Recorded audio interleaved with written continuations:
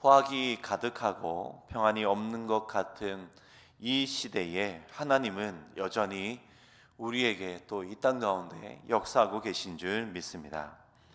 본문도 포악이 가득하고 평안이 없는 그와 같은 때를 언급하며 17절에서 22절 말씀은 먼저 이스라엘 양떼 중에 악한 무리를 향한 심판을 선언하고 있습니다.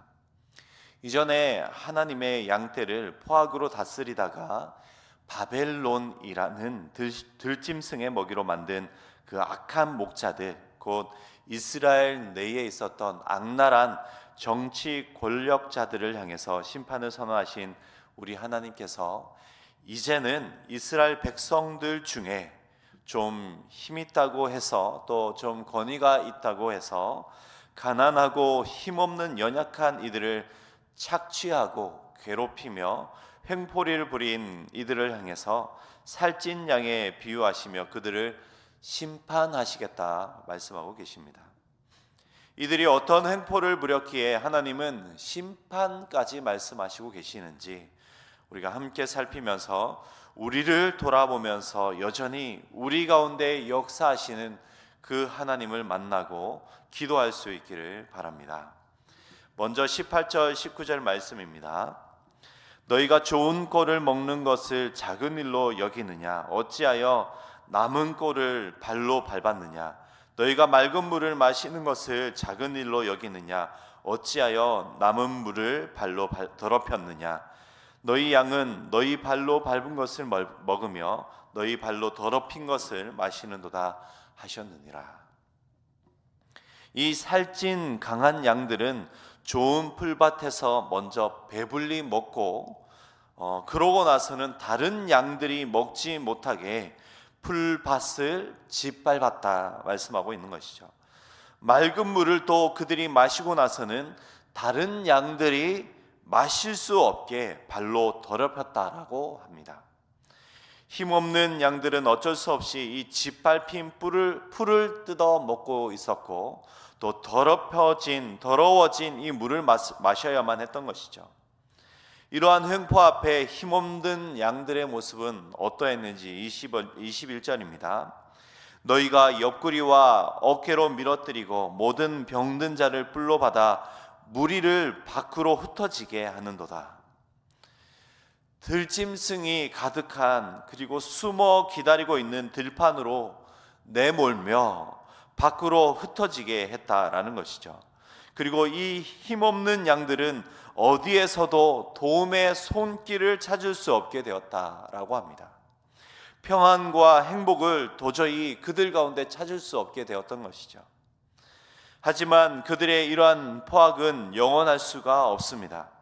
파리한 양들, 곧 힘없는 양들의 이 절망적인 처지 앞에, 상황 앞에, 환경 앞에 온 양떼의 주인 되시는 우리 여호와 하나님은 가만히 계시지 않고 22절과 같이 심판하시는 하나님 되시기 때문입니다.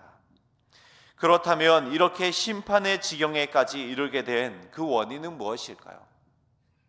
다시 18절 19절 말씀을 통해서 그들의 행실을 살피면 그 행실이 잘 나타나 있습니다. 이렇게 심판의 지경에까지 이르게 된 그 원인은 포악한 양들의 이기심 때문이다. 이기심 때문이다 지금 가리키고 있는 것이죠. 오직 자기만을 생각하는, 그래서 좋은 꼴을 먹고 나서는 남은 꼴을 발로 밟고 또 맑은 물까지 발로 밟고 더럽히게 되는, 그래서 자기 배만 불리게 된 다른 양들을 향한 이러한 무관심과 아주 완악한 이기심 때문에 그렇다라고 하고 있는 것이죠. 어찌 되었던 이 포악한 양들의 이러한 모습 때문에 연약한 양들의 평안과 행복이 깨어지게 되었고 그들 스스로가 심판을 자처하게 된 상황입니다. 성도의 삶에도 이러한 이기심이 있는데 바로 하나님의 것을 내 것이라 생각하는 것입니다.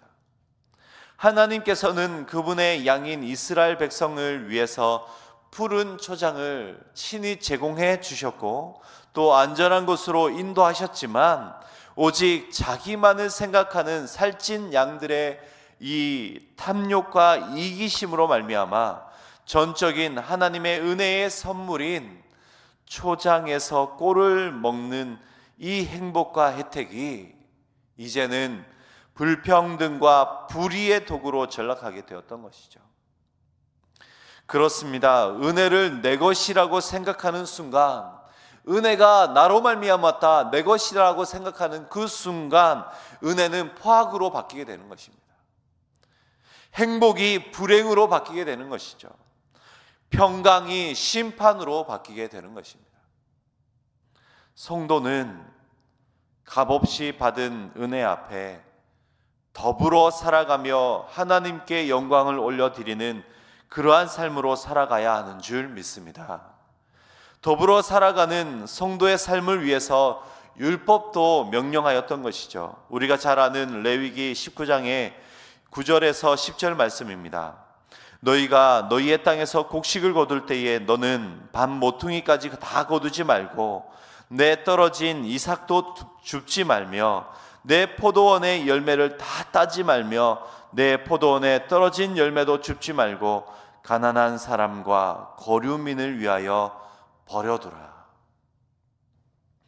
올 한 해를 새롭게 다짐하며 먼저 내 안에 또 우리 안에 포악자의 모습은 없는가? 주어진 은혜가 내 것이라고 생각하면서 그 은혜에 감사하지 못하고 있는 것은 없는가? 또 나도 모르게 뿔로 들이받아서 무리를 밖으로 흩어지게 하는 남은 꼴을 발로 짓밟고 있는 그런 포악자의 모습으로 다른 사람에게 혹 비춰지고 있지는 않는가 돌아보길 소망합니다. 그리고 우리 안에 남아있는 이기심과 욕망을 쫓아가는 그러한 삶의 모습은 버리고 교회와 삶의 영역 안에서 연약한 이들을 조금 더 돌아볼 수 있는 마음, 서로의 필요를 더 돌아볼 수 있는 그런 마음, 평강과 행복의 공동체로 더욱더 함께 세워져가는 그런 성숙한 성도의 모습이 우리들 안에 가득 채워져가는 그런 한 해가 되어지길 소망합니다.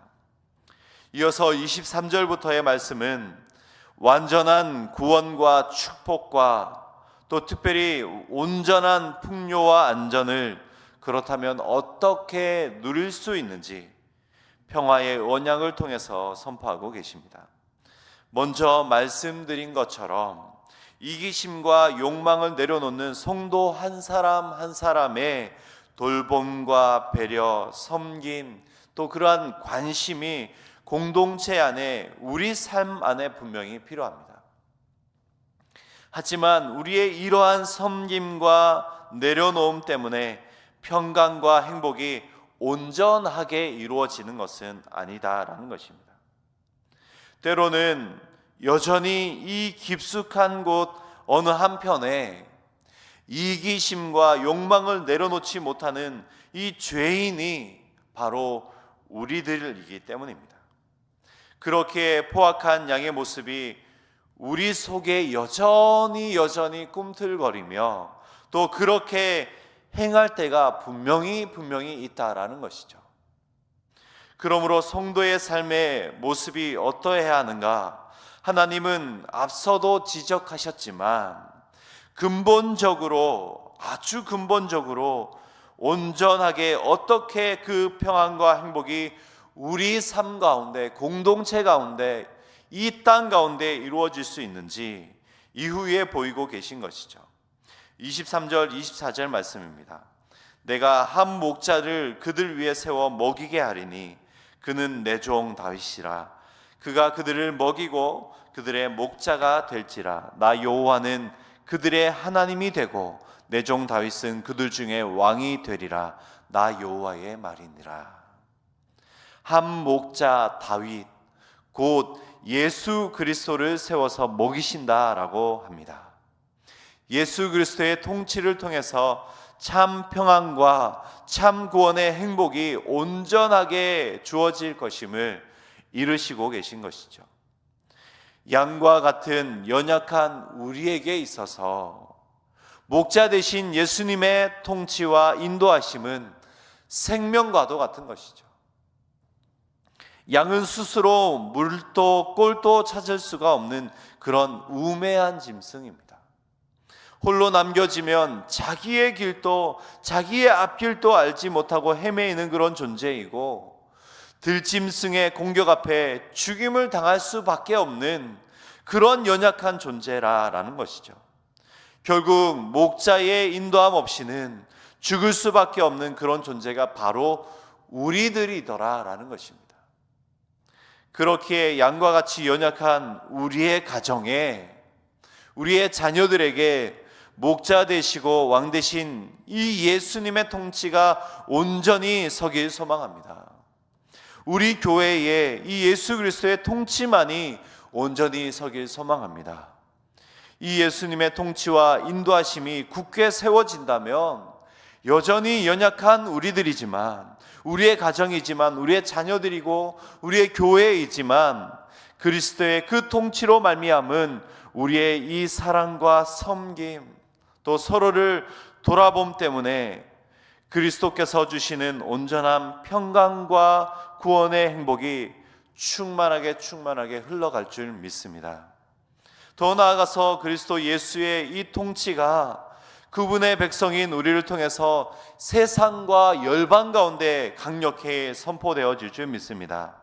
그러므로 올 한 해 주어질 모든 은혜 앞에 내 것이라는, 그 은혜가 내 것이라는 이 이기심은 버리고 주님의 것입니다, 주님의 은혜입니다, 그렇게 깊이 고백하면서 주님의 왕되심을 찬양하는 그런 간증이 하루하루 연말까지 가득하여질 수 있기를, 또 우리 삶의 종점에 주님이 행하셨습니다, 주님이 우리 가운데 역사하셨습니다 라고 고백하는 그 간증이 가득할 수 있기를, 그렇게 기도하는 이 새벽 되어지길 소망합니다.